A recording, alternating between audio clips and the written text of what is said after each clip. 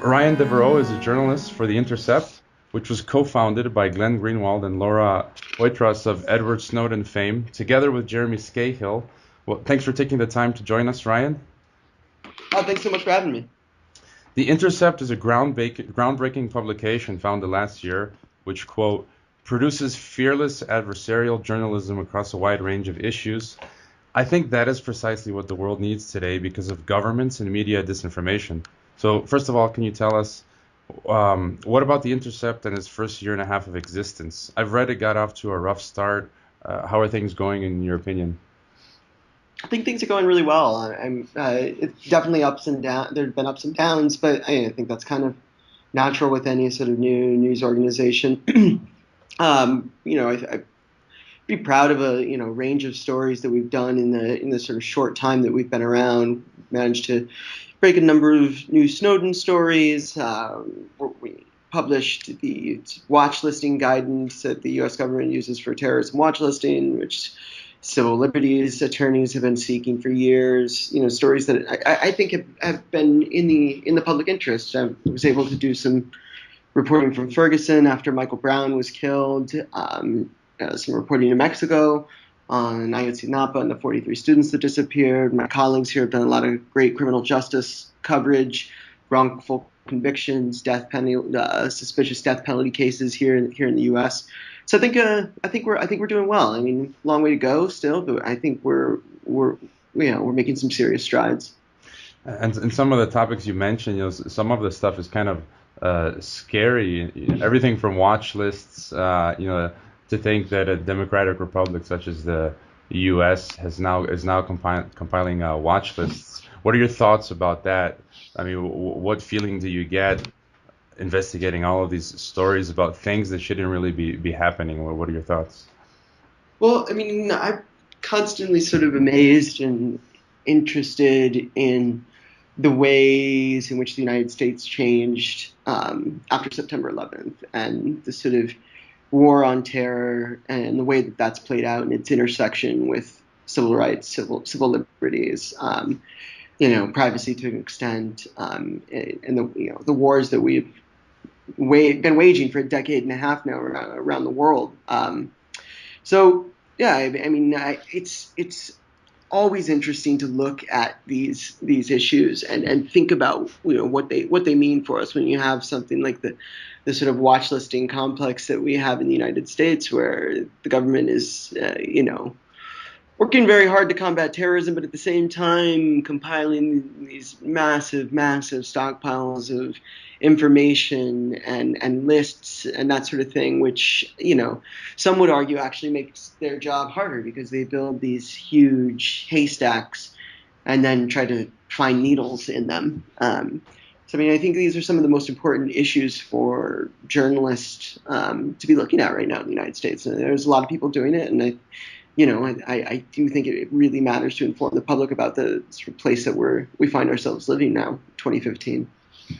Yeah, they have all that information to go through, and that reminds me of the 1980s film Brazil with Robert De Niro, where I don't know if you've seen it, but they compile lists on the citizens, and they often get things wrong about citizens, and the wrong people get caught up into trouble. Um, Right. And I mean, here in the United States, it's been largely, Muslim Americans who've borne the brunt of these sorts of systems, and the fear that exists in some communities is really pervasive, and I think that's something that we need to address. We need to not criminalize, substantial portions of our population. It's a real problem. And before we discuss the drone wars, what is your take and perspective on the global war on terror, which serves as the ideological foundation for the drone wars? Is the war on terror warranted in your opinion? Or if so, has it utterly failed, or was it a sham from the start? It's a complicated question. It's a really complicated question. Uh-huh. I mean, terrorism's a real thing. Um, and there are real threats to the United States that exist. That said, uh, the reaction to the attacks on September 11th has been a calamity in a lot of ways. Two countries invaded, you know, in a sort of cycle of violence that doesn't seem to be ending. It's one sort of challenge and disaster after another, and it's extremely difficult to see any end in sight, and a real erosion of civil liberties along the way. These are extremely complicated issues. To say that the whole thing has failed, I don't know. Certainly, the Iraq War was a monumental historic disaster for which this country should, be ashamed. Policymakers in this country, the people who made that possible. At the same time, I mean, it is the case that there are violent organizations that exist in the world that would like to do harm, but the ways in which we responded to them at times have been really, I believe, short-sighted, to say the least. Mm-hmm. And in terms of global warfare, well, the world seems to be entering uncharted territory. Science fiction writers like H.G. Wells wrote about unmanned flying machines a century ago. How do the drone wars change the global battlefield? I believe The Intercept just a few days ago, or was it a week or two ago, released the drone papers. And so how does this change everything, the global battlefield? And tell us about these drone wars. Well, I mean, I think that there's a lot of sort of focus and sort of obsessing over the technology itself, right? The drones they're unmanned and they fly, and they have this dispersed network of people supporting these operations, personnel in a base in the United States and personnel, a base in Afghanistan, and a drone that's flying over Pakistan. That's all very interesting, and for this sort of technology geeks out there, there's a lot of fascinating stuff to dig into about those sort of technological advances. But I think what's kind of most interesting to me about the whole issue of drones, it's not the drones itself, it's the way in which this war, the war on terror, looks now. And it's there's this idea that has sort of persisted post 9/11 that you can just kill high value targets, right? Decapitate the heads of these organizations, and that this in and of itself approaches something like a coherent strategy in combating terror, but that just doesn't seem to be the case. You kill one second in command guy, and somebody steps in to fill his shoes, and so on and so forth, and it repeats itself. It's not a complete sort of strategy to deal with what I think really is the extension of bigger structural issues in the regions in which these operations are taking place. I mean, I think that I think the drones are sort of the tip of the iceberg in what should be a much broader conversation about the way in which the United States is, asserting itself in the war on terror. There are real serious questions about the legality of some of the operations in certain countries, certainly in the countries where the United States is not officially at war, where international law mandates that certain precautions be taken in the event that the United States is seeking to use lethal force. When you're launching a lethal airstrike in a country where you're not at war, the standards are very high for a military to do that sort of thing under international law.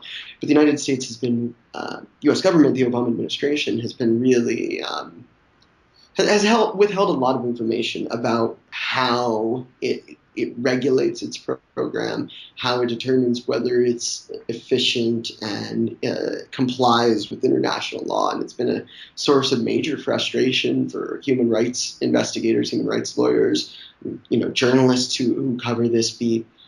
We get a lot of assertions about the precision, legality, and efficacy of these operations from U.S. Administration officials, and we have no independent sort of documentary evidence to really to really assess those claims. What we have are researchers on the ground who point to significant numbers of civilian casualties. We have evidence that indicates a sort of blowback from these type of operations. But in terms of anything from the government that actually tells us in their own sort of documents how this is all going, it's been it's been a tremendous challenge to get that sort of information. So the drone papers, the series that we did that you referenced, it's a number of documents detailing elements of the U.S. military's drone program that gives us some sense, at least a little bit more information now to sort of make those assessments, for the public to be able to make those assessments. Yeah, that's an excellent point, and I was going to ask that about regarding international law, because as I mentioned, I think we are in uncharted territory, and so what needs to be constructed and taken into account internationally is, how are we going to deal with these issues with drones, and as you mentioned, in different countries, the legality.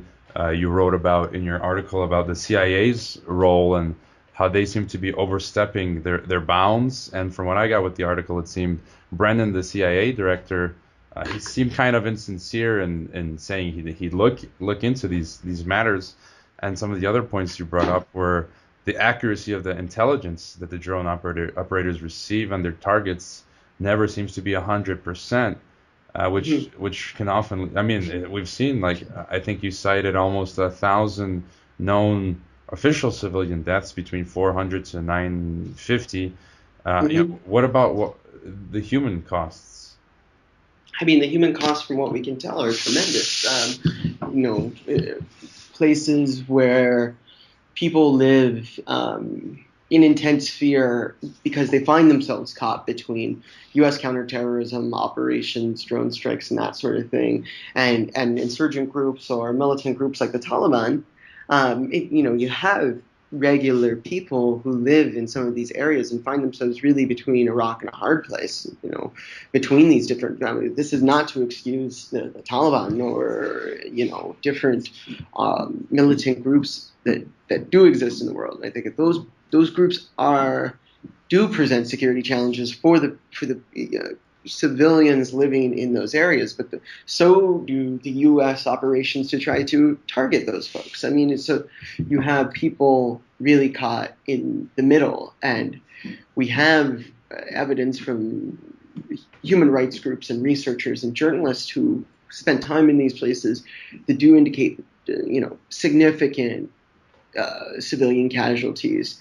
And the United States government has been really just done a terrible job at adequately addressing those cases. We had an incident earlier this year where 2 Western hostages were killed in a mistaken drone strike in Pakistan, a CIA drone strike.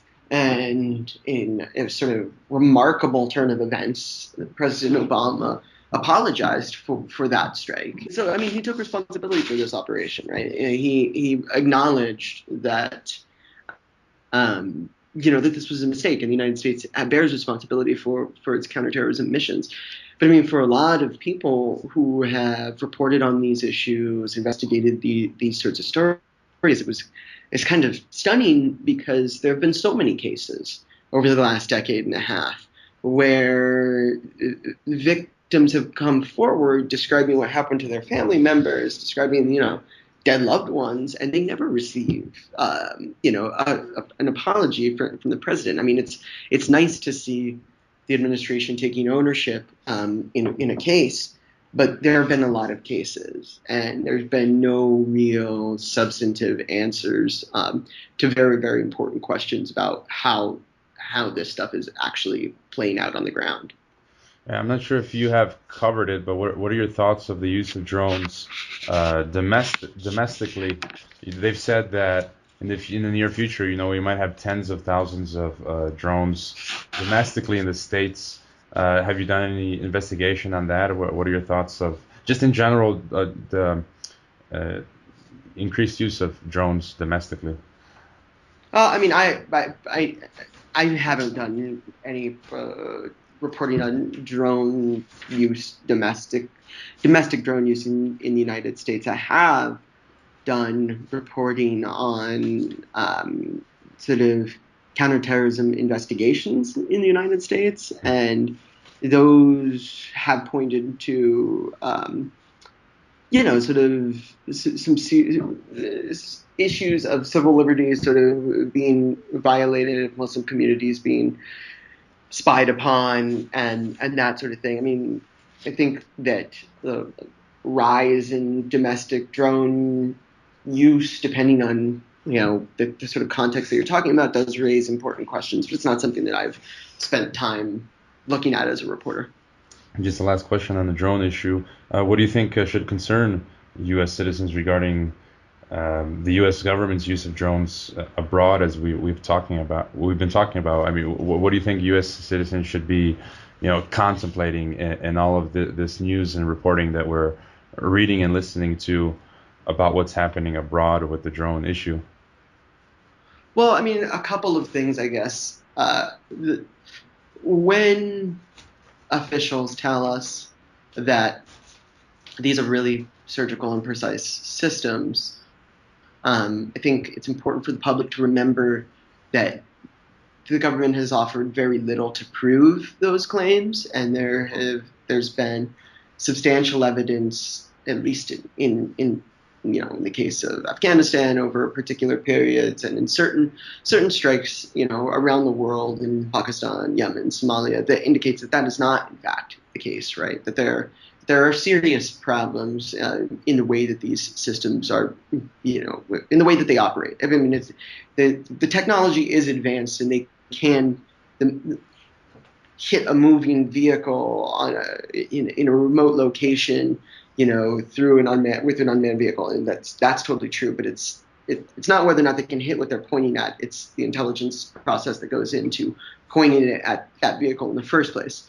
The second thing I think that people would do well to remember is that the drones are just part of a bigger sort of conversation, I think, that is important for the public to have about where we are in terms of our foreign policy and the wars that we have been bound up in for the last decade and a half. I mean, it's become a sort of way of life since September 11th that the United States is constantly engaged in multiple countries around the world in an attempt to fight terrorism. And we need to ask, really, I mean, when does this end? Does it end? Have we created something that is too big to stop? I mean, 15 years is a really long time, and that's what we're approaching. I mean, those are profound questions that I think we need to be asking ourselves, and drones are just a part of that.